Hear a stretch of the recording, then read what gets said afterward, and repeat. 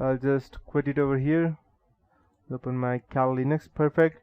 So I'll just type the harvester D, and over here will be the URL. So I'll just type google.com L300 B Google, and I'll just hit enter.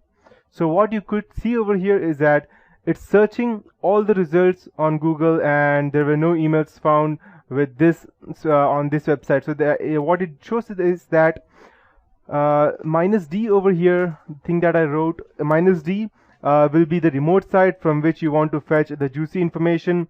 I will limit the search for specified number. For us it would be 300, and minus L over here will be the limit for the search specified by the number, that is this one, and minus B will be the search engine that I use. So from the above information of email address, you can go and identify the pattern of email addresses assigned to employees of organization. As of Google, it's quite secure, so it won't show you anything, but let me try something else. Let me go ahead and use a different website. I have one more thing in place, so I'll type, let's say, 6th startech.com, and let's check if we get any results.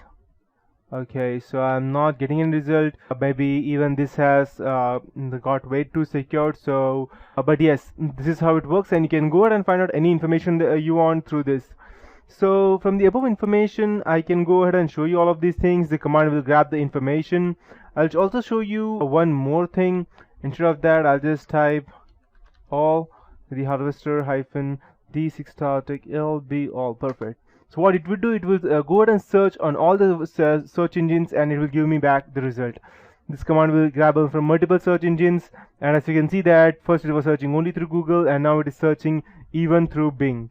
So to save the result, just go ahead and put a -f parameter as shown in the example. I'll just go ahead and show you. Okay, so there were no email IDs found for over here. I'll just, and just in case, all, and I'll type -f, and I'll type pen test. So just in case you go ahead and find any email IDs over there, you can just go ahead and type it over here like this, and it will be saved in the pen test directory. And -f means that you are asking it to save it in a specific folder. As you can see, it was error creating file because there was nothing found. But let me see if the file was created or not. So I just need home view tree. Okay, perfect. Okay, as you can see, we have a pentext HTML, and yes, there is nothing over here as of now because we are not able to find any information. Let's check some websites. If I get any good website, then I'll surely go ahead and let me think Microsoft, and I'll go ahead and search the same for Microsoft.com because probably there are. I'll type, let's say, I don't know whether it will work or not. Just let's check. Let's try to harvest some results, and I'll open another one. I'll go ahead and type the same thing. So let's go ahead and try our commands once more, and I'll type Google this time. So let's check whether we get any information.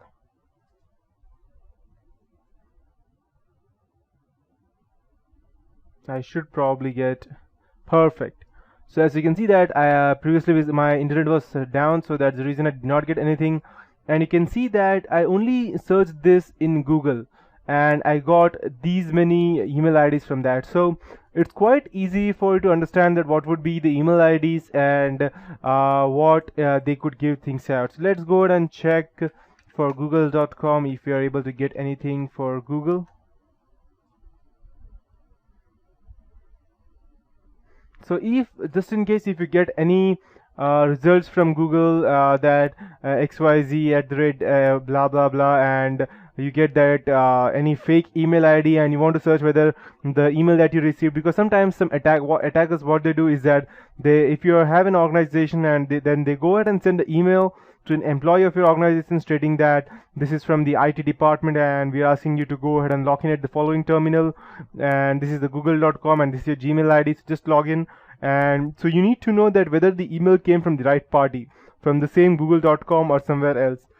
So you, at that point of time, you can go ahead and check the host and the domain over here, and these are the two emails found over here, and these were the host IPs for each and everything, and you can go ahead and gather information, and it will be much easier for you to identify whether the person who sent you the email is the right party or not. You even have the IP address from where these emails get sent, so you don't need to worry about the IP addresses. Just in case your the mail that you received was a fake one, you can also go ahead and easily trace it, since you will already also be having the IP address.